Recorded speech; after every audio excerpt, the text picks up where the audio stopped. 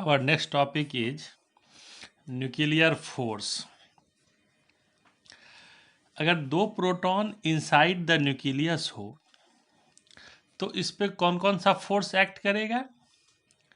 तो आप अभी तक जितना जानते हैं आप कहेंगे कि एक फोर्स इसके मास के कारण होगा, that is the gravitational force. और ग्रेविटेशनल फोर्स क्या करेगा? तो इस दोनों को अट्रैक्ट करेगा, अट्रैक्टिव फोर्स। और एक फोर्स इस दोनों पे क्या होगा? चार्ज के कारण होगा। तो जो चार्ज के कारण फोर्स होगा, चूंकि लाइक चार्ज है तो एक दूसरे को रिपेल करेगा। तो आप कहेंगे जो रिपल्सिव फोर्स है, जो इलेक्ट्रोस्टैटिक फोर्स है, यह ग्रेविटेशनल फोर्स के रेस्पेक्ट में बहुत ज़्यादा है। अगर न्यूक्लियस के इनसाइड दो प्रोटॉन के बीच आप इलेक्ट्रोस्टैटिक फोर्स और ग्रेविटेशनल फोर्स को कंपेयर करेंगे तो electrostatic force is 10⁻36 times greater than the gravitational force. तो चूंकि रिपल्सिव फोर्स बहुत ज़्यादा है तो प्रोटॉन को न्यूक्लियस से बाहर निकल जाना चाहिए, लेकिन फिर भी प्रोटॉन न्यूक्लियस के इनसाइड एग्जिस्ट करता है। इसका मतलब है कि इस दोनों फोर्स के अलावे कोई तीसरा फोर्स भी है जो इस दोनों पार्टिकल, इस दोनों प्रोटॉन के बीच एक्ट कर रहा है, और वह निश्चित तौर पे एक एट्रैक्टिव फोर्स है, और वह फोर्स इलेक्ट्रोस्टैटिक फोर्स से भी ज़्यादा स्ट्रांग है। तो यही चीज़ हम लोग यहाँ एक्सप्लेन करते हैं कि वही जो एक थर्ड टाइप का फोर्स है उसी को हम लोग नाम देते हैं न्यूक्लियर फोर्स। तो अब देखिए यही चीज़ यहाँ पे मेंशन किए हैं। Inside the nucleus Coulomb's repulsive force, electrostatic force जिसको आप कह रहे हैं, between two protons is about 10⁻36 times as large as the gravitational force between them. In the presence of such a tremendous repulsive force between two protons, the small attractive gravitational force can do little in preventing them from getting away from nucleus. ये जो आपका repulsive force है ये बहुत ज़्यादा है, तो attractive force जो है यह प्रोटॉन को न्यूक्लियस में रखने में, प्रिवेंट करने में सक्सेसफुल नहीं होगा। But we know that even a heavy nucleus containing a large number of protons is stable. Heavy nucleus है, बहुत सारा प्रोटॉन है, बहुत ज़्यादा रिपल्सिव फोर्स एक्ट करेगा, लेकिन फिर भी वो स्टेबल है, यानी प्रोटॉन्स के इनसाइड न्यूक्लियस एग्जिस्ट करते हैं। It is therefore evident that a third type of force does exist between the two nucleons and it is known as nuclear force. ये जो तीसरे टाइप का एक फोर्स है इसको हम लोग क्या नाम देते हैं? Nuclear force. ये तो समझने के लिए था, आप याद रखेंगे यहाँ पे the strong attractive force acting between nucleons due to which they exist inside the nucleus is called nuclear force. वह स्ट्रॉन्ग एट्रैक्टिव फोर्स जिसके कारण न्यूक्लियॉन्स न्यूक्लियस में एग्जिस्ट करते हैं उसी को हम लोग क्या कहेंगे? Nuclear force. तो एक चीज़ यहाँ पे आप याद रखेंगे कि F gravitational is to F electrostatic is to F nuclear. इस तीनों फोर्स का जो रेशियो है ये है 1:10⁻36 इज टू 10⁻38। अब देखिए कि न्यूक्लियर फोर्स का कुछ प्रॉपर्टी है, तो +2 लेवल में बहुत ज़्यादा डिटेल में नहीं है, तो थोड़ा सा इसको हम लोग जान लेते हैं। इसे ऑब्जेक्टिव टाइप का तो क्वेश्चन कभी कभी पूछता है, तो आप कहेंगे the nuclear force are strongest force in nature. जितने भी फोर्स के बारे में आप जानते हैं उसमें जो न्यूक्लियर फोर्स है यह क्या है? स्ट्रॉन्गेस्ट है। The nuclear force is attractive force. Nuclear force attractive force है। Nuclear force is short range force. Nucleus में दो पार्टिकल का सेपरेशन 10⁻14 मीटर, तो उतने कम सेपरेशन पे यह फोर्स एक्ट करता है। उसी प्रोटॉन को अगर हम न्यूक्लियस से बाहर ला के रख दें तो फिर वहाँ पे न्यूक्लियर फोर्स का एग्जिस्टेंस नहीं है, यानी यह बहुत शॉर्ट रेंज में काम करता है। Nuclear force is saturated force. ऐसा नहीं है कि जितना न्यूक्लियॉन्स है सब एक दूसरे पे फोर्स लगाएगा। न्यूक्लियर फोर्स क्या है? एक पार्टिकल दूसरे पे जो फोर्स लगाता है तो इसको कहेंगे ये क्या है, सेचुरेटेड फोर्स है।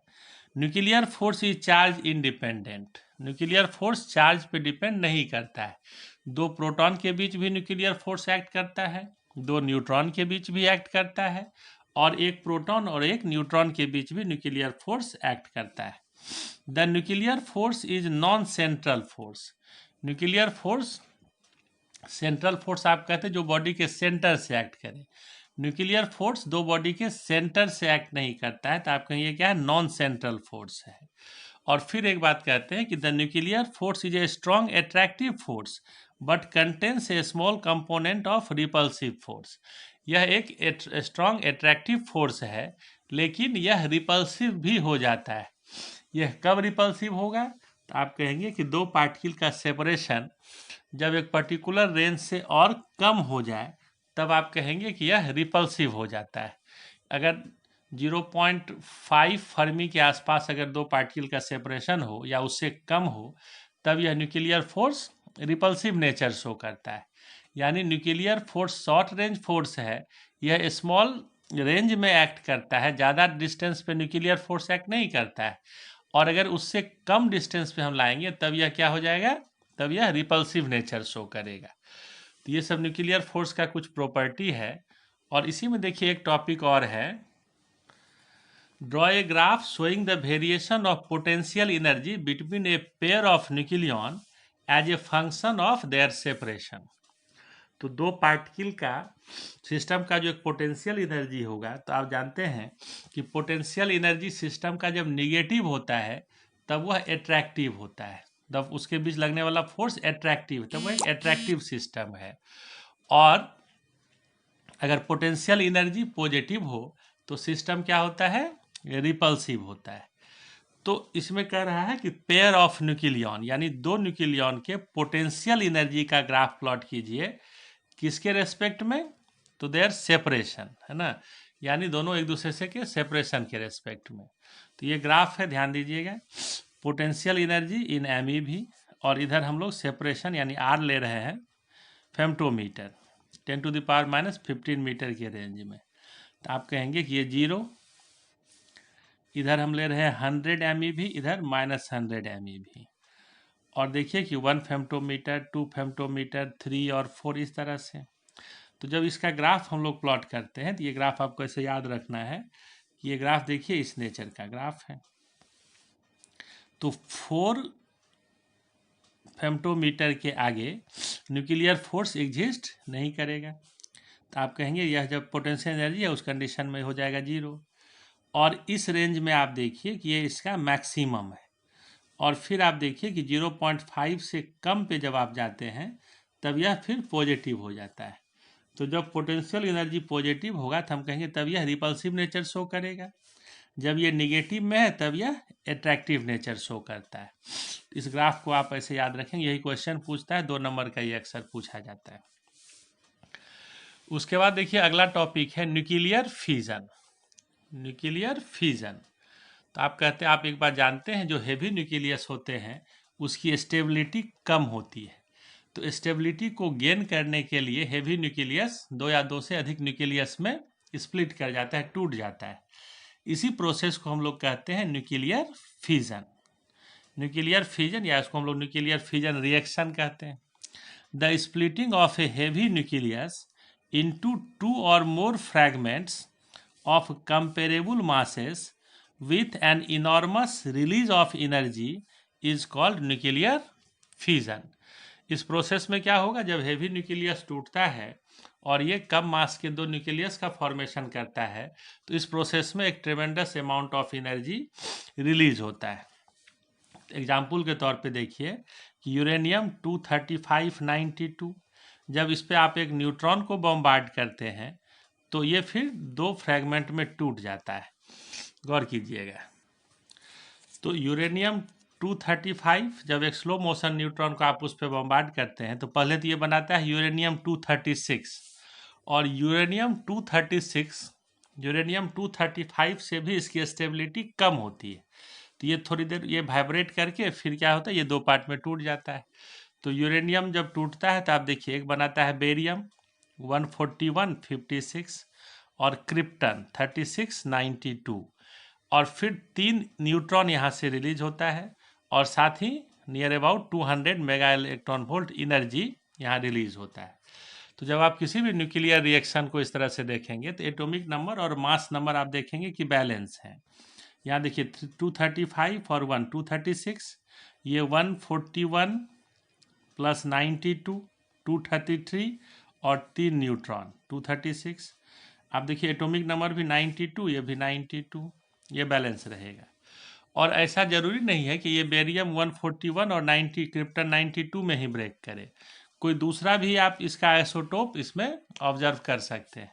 जैसे यूरेनियम 235 है, ये यूरेनियम 235 92 जब एक स्लो मोशन न्यूट्रॉन को बम्बार्ड किए तो ये टूट गया। बेरियम 56 144, क्रिप्टन 36 89 प्लस 3 न्यूट्रॉन अब प्लस क्यू, यानी एनर्जी रिलीज होगा। और ऐसा भी नहीं है कि ये हमेशा बेरियम और क्रिप्टन में ही ब्रेक करे, ऐसा भी हो सकता है कि यूरेनियम 235 जब न्यूट्रॉन को आप बम्बार्ड करें तो ये 2 अलग अलग एलिमेंट यहाँ फॉर्म करे, जेनन और स्ट्रॉन्सियम। और ये भी जरूरी नहीं है कि हमेशा 3 ही न्यूट्रॉन यहाँ से रिलीज हो, कभी 2 भी हो सकता है, कभी 4 भी हो सकता है। और वो आप देखेंगे कि जिस तरह से ये एटॉमिक नंबर और मास नंबर बैलेंस होगा उसके अकॉर्डिंगली। तो इस फिजन रिएक्शन में हम लोग क्या देखते हैं कि इन nuclear fission the sum of masses before reaction is greater than the sum of masses after reaction, the difference of mass being released in the form of fission energy। आप कोई भी रिएक्शन ले लेंगे तो आप देखेंगे कि यूरेनियम के एक एटम का मास और न्यूट्रॉन का मास, और इसमें फिर इस सब का मास आप ऐड करेंगे तो आप देखेंगे जो प्रोडक्ट आपको मिल रहा है ये ओरिजिनल सब्सटेंस के मास से इसका प्रोडक्ट का मास थोड़ा कम होगा। तो यही जो मास कम होता है that is release in the form of energy. तो ये तो एक रिएक्शन आप कम से कम जरूर याद रखेंगे। कभी आपको पूछा जाए न्यूक्लियर फिजन तो आप डिफिनेशन के साथ एक एग्जाम्पल देके बताएंगे।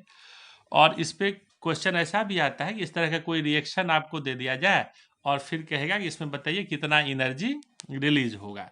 तो ये हम लोग आगे न्यूमेरिकल वाले सेक्शन में देखेंगे। फिर देखिए इसके बाद एक टॉपिक है चेन रिएक्शन। यही जो न्यूक्लियर फिजन देखे यही क्या करता है कि अगर मान लीजिए कि अगर एक सफिशिएंट साइज का आपके पास कोई फिजनेबल मटेरियल हो और उसमें आप एक न्यूट्रॉन को बम्बार्ड किया, उससे फिर 3 न्यूट्रॉन मिला, फिर वो 3 न्यूक्लियस पे जाके स्ट्राइक करेगा, फिर उससे फिर और 3 करके फिर ये निकलेगा। तो इस तरह से एक सेल्फ सस्टेन्ड सीक्वेंस यहाँ पे स्टार्ट हो जाता है। तो इसी को हम लोग कहते हैं चेन रिएक्शन, यानी वो अपने आप आगे बढ़ते जाएगा। तो ये बात यहाँ लिखे हैं, if more than one of the neutrons produced in each fission are capable of causing further fission, the number of fissions taking place goes on increasing at a rapid rate, giving rise to a self-sustained sequence of fission known as chain reaction। इस तरह से जो एक self sustained chain बनता है, एक reaction चलते रहता है, तो इसी को हम लोग नाम देते हैं chain reaction. The chain reaction takes place only if the size of the material is greater than a certain size called critical size. एक सर्टेन साइज के बाद, एक सर्टेन साइज से जब फिजनेबल मटेरियल हमारा साइज उसका बड़ा हो तो तब क्या होगा, ये रिएक्शन पॉसिबल हो पाता है। अब यह चेन रिएक्शन 2 तरह का है।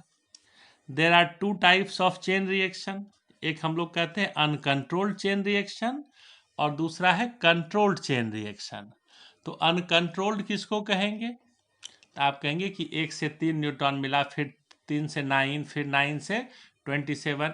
तो इस तरह से अगर ये चलते रहेगा तो बहुत कम समय में बहुत ज़्यादा एनर्जी रिलीज होता है, और यह एनर्जी इतना ज़्यादा हो जाता है कि इसको कंट्रोल करना पॉसिबल नहीं है। तो आप कहेंगे ये एक एक्सप्लोसिव टेंडेंसी तब शो करता है जिसका यूज हम लोग बम बनाने में कर सकते हैं। तो आप कहेंगे uncontrolled chain reaction. In this process the number of fissions in a given interval goes on increasing and the system will have the explosive tendency। This forms the principle of atom bomb. Atom bomb इसी principle पे बनाया जाता है। तो इसको आप इस तरह से समझ सकते हैं कि यूरेनियम, इस पे एक न्यूट्रॉन को बम्बार्ड किए, इससे फिर क्या हुआ, बेरियम और क्रिप्टन फॉर्म किया, और ये 3 न्यूट्रॉन यहाँ से मिला। ये 3 न्यूट्रॉन फिर 3 न्यूक्लियस को स्ट्राइक करेगा, फिर यहाँ से 3 न्यूट्रॉन बेरियम और क्रिप्टन के साथ, फिर 3 न्यूट्रॉन, इससे भी 3 न्यूट्रॉन, इससे भी 3 न्यूट्रॉन, फिर क्या होगा, ये 3 न्यूट्रॉन फिर 3 यूरेनियम न्यूक्लियस को स्ट्राइक करेगा, फिर ये 3 3, फिर सबसे 3 3 क्या होगा, न्यूट्रॉन आपको मिलते जाएगा। तो बहुत कम समय में इसमें क्या होगा, बहुत ज़्यादा एनर्जी रिलीज होता है। और दूसरा है कंट्रोल्ड चेन रिएक्शन।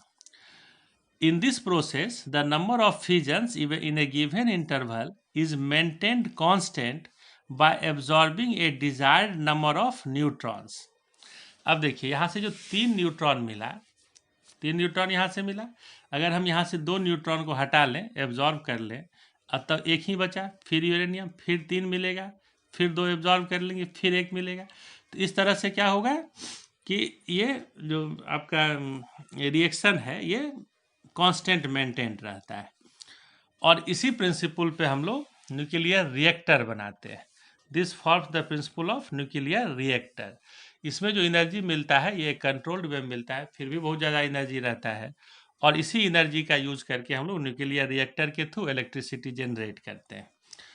तो ये चेन रिएक्शन हो गया। दूसरा है न्यूक्लियर फ्यूजन। फ्यूज करना मीन्स कंबाइन होना। आप कहेंगे कि जो लाइट न्यूक्लियाई होते हैं उनकी भी स्टेबिलिटी कम है, तो वो भी क्या करता है कि वो भी स्टेबल होना चाहता है। तो स्टेबल को गेन करने के लिए अगर कुछ प्रोसेस अप्लाई किया जाए तो वो फिर क्या होता है कि 2 या 2 से अधिक जो लाइट न्यूक्लियाई है वो कंबाइन होकर एक हेवी न्यूक्लियस का फॉर्मेशन करता है, और इस प्रोसेस में भी एक tremendous amount of energy release होता है। इस प्रोसेस को हम लोग कहते हैं न्यूक्लियर फ्यूजन। तो the phenomenon of combination of 2 or more light nuclei to form a heavy nucleus with the release of enormous amount of energy is called nuclear fusion. तो आप एक दो एग्जाम्पल याद रखिए, जैसे 1s2 + 1s2 हाइड्रोजन का isotope है, ये जब कंबाइन होता है तो ये बनाता है 2He4 प्लस एनर्जी। कभी ऐसा भी हो सकता है कि 1s2 + 1s2 ये बनाया है हीलियम का एक ये आइसोटोप है 2He3 प्लस इसमें एक न्यूट्रॉन फॉर्म किया, प्लस क्या हुआ, एनर्जी रिलीज हुआ। तो ये जो फ्यूजन रिएक्शन है यही सन और स्टार के एनर्जी का सोर्स है। तो the source of energy of sun and stars is nuclear fusion. Sun में क्या हो रहा है, कंटिन्यूअसली न्यूक्लियर फ्यूजन रिएक्शन होता है, हाइड्रोजन हीलियम में कन्वर्ट हो रहा है, और सन अपने लाइफ का हाफ लाइफ ये कंप्लीट कर चुका है। तो इसका जब सारा एनर्जी, सारा ये जो इसका फ्यूल है, जो आपका ये 1s2 एटम है, ये जब समाप्त हो जाएगा तो सन भी समाप्त हो जाएगा।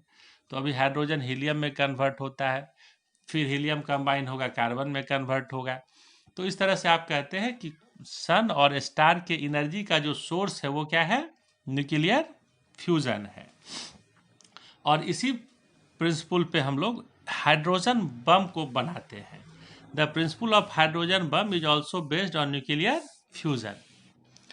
और तीसरा एक पॉइंट याद रखेंगे कि the nuclear fusion is not possible on earth for constructive purpose because to start it a very high temperature 10⁻⁷ kelvin is required. Fusion reaction को हम लोग अर्थ पे जनरेट नहीं कर सकते हैं, क्योंकि 2 प्रोटॉन को अगर हम एक दूसरे के बहुत क्लोज ले जाना चाहेंगे तभी वो फ्यूज करेगा, और उसके लिए आपको बहुत ज़्यादा टेम्परेचर का ज़रूरत होगा।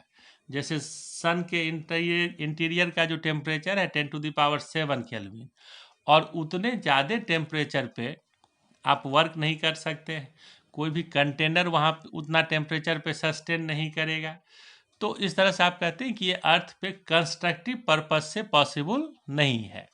इसका लेकिन डिस्ट्रक्टिव यूज हो सकता है, तो उतना हाई टेम्परेचर नहीं है, लेकिन अगर यह पॉसिबल हो जाए तो आप देखेंगे कि यह जो ह्यूमैनिटी के लिए जो एनर्जी का हम लोगों को क्राइसिस है, यह उसको कम्प्लीटली दूर कर सकता है, क्योंकि हाइड्रोजन आपको बहुत आसानी से अवेलेबल है, और फ्यूजन रिएक्शन से जो एनर्जी रिलीज होगा ना वो आपको इतना एनर्जी दे देगा कि फिर आपको एनर्जी का कहीं कमी ही नहीं होगा। तो आप कहेंगे लेकिन इसका हम लोग डिस्ट्रक्टिव यूज कर सकते हैं कि जब एटम बम बनाया जाता है उसी चैम्बर में फिर हाइड्रोजन से फ्यूजन रिएक्शन करके और फिर उससे और एनर्जी रिलीज होता है तो उससे बनता है हाइड्रोजन बम। तो hydrogen bomb is more dangerous than the atom bomb. Atom bomb गिराया गया था कहाँ पे? तो आप पढ़े होंगे कि सेकेंड वर्ल्ड वार के समय में हिरोशिमा पे और नागासाकी पे एटम बम गिराया गया था और वो कितना डिस्ट्रक्टिव है ये आप जान रहे हैं। तो उस समय जो एटम बम गिराया गया था उस एटम बम का नाम था लिटिल बॉय और वो उतना पावरफुल नहीं था। अब बहुत सारे कंट्री के पास इतने पावरफुल एटम बम्स हैं जो उससे भी कहीं ज़्यादा डिस्ट्रक्शन शो कर सकता है। हाइड्रोजन बम उससे भी ज़्यादा डिस्ट्रक्टिव हो सकता है। तो ये सब चीज़ हम लोग ऐसे समझने के लिए। अब आप देखिए कि इस चैप्टर का जो थ्योरेटिकल पोर्शन था, पढ़ तो हम लोग सारा चीज़ लिए, तो जो भी बिहार बोर्ड के स्टूडेंट हैं उनके लिए तो सारा टॉपिक पढ़ना है उनको, लेकिन जो सीबीएसई के स्टूडेंट हैं इस चैप्टर से बहुत सारे टॉपिक्स को हटा दिया गया है। तो यहाँ पे लिखे हैं topics remove from syllabus for session 2020-21 CBSE के लिए। तो आप लोग अगर चाहें तो इन टॉपिक्स को छोड़ भी सकते हैं एग्जाम पॉइंट ऑफ व्यू से। ऐसे पढ़ने के लिए, समझने के लिए आप सारे टॉपिक्स को देखिए। तो आप देखिए रेडियो एक्टिविटी हटा दिया गया है, alpha beta gamma particles and their properties ये टॉपिक हटा दिया गया है, रेडियो एक्टिव डीके लॉ हटा दिया गया है, हाफ लाइफ हटा दिया गया है, मीन लाइफ और ये binding energy per nucleon curve. तो आप ध्यान देखिए दीजिए कि रेडियो एक्टिविटी लगभग आपका पूरा हट चुका है और ये binding energy per nucleon curve इसको हटा दिया गया है। बाकी का टॉपिक आप पढ़िए, तैयार कीजिए और इस पे हम लोग कुछ न्यूमेरिकल्स भी सॉल्व करेंगे। तो आज कुछ न्यूमेरिकल्स इस पे और देखते हैं हम लोग। तो गौर कीजिएगा, न्यूमेरिकल्स न्यूक्लियाई चैप्टर का एक दो पहले शुरू में छोटा छोटा ऑब्जेक्टिव टाइप का है, ये सब अक्सर पूछता है।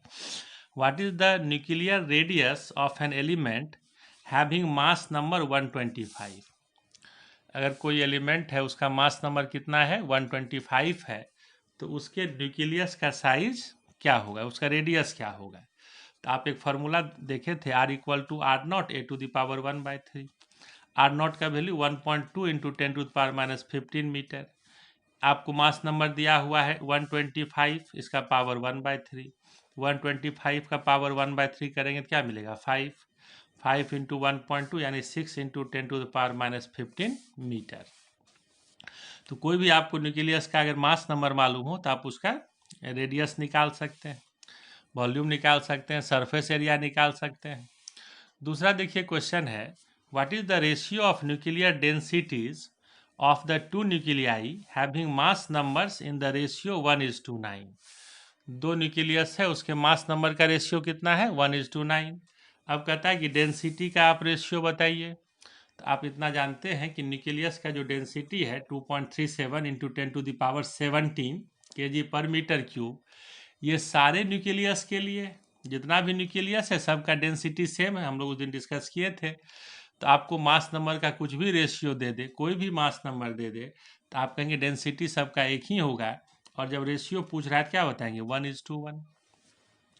उसके बाद देखिए कि एक ये इस तरह का सीक्वेंस वाला ये सवाल भी अक्सर पूछता है, a radio active substance decays according to the following sequence. ये सीक्वेंस क्या है कि एक एलिमेंट है ए, इससे अल्फा पार्टिकल निकला ये बन गया बी, इससे बीटा निगेटिव यहाँ से इमिट किया बन गया सी, फिर एक अल्फा इमिट किया बन गया डी, फिर एक बीटा पॉजिटिव इमिट कर गया बन गया ई।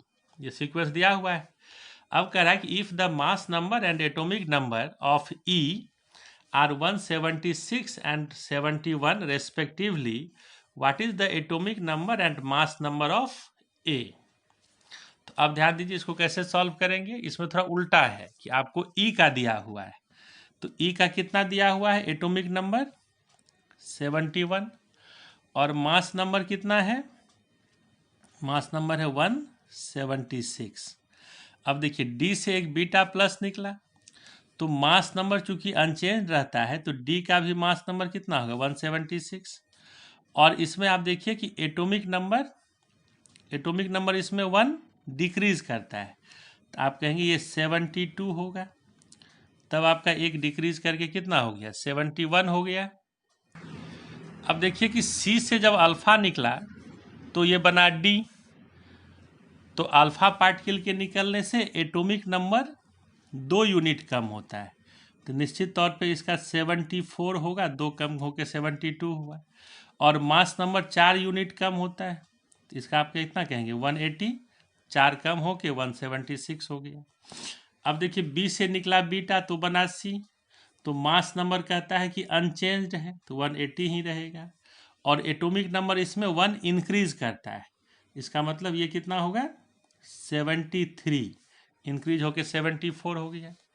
अब आप देखिए कि ए से अल्फा निकला तब बीटा है, तो अल्फा निकलने से मास नंबर 4 कम होता है, तो इसका मतलब इसका 184 होगा। और ये 2 एटॉमिक नंबर 2 कम होगा, तो आप कहेंगे ये 75 होगा, 2 कम हुआ तो 73।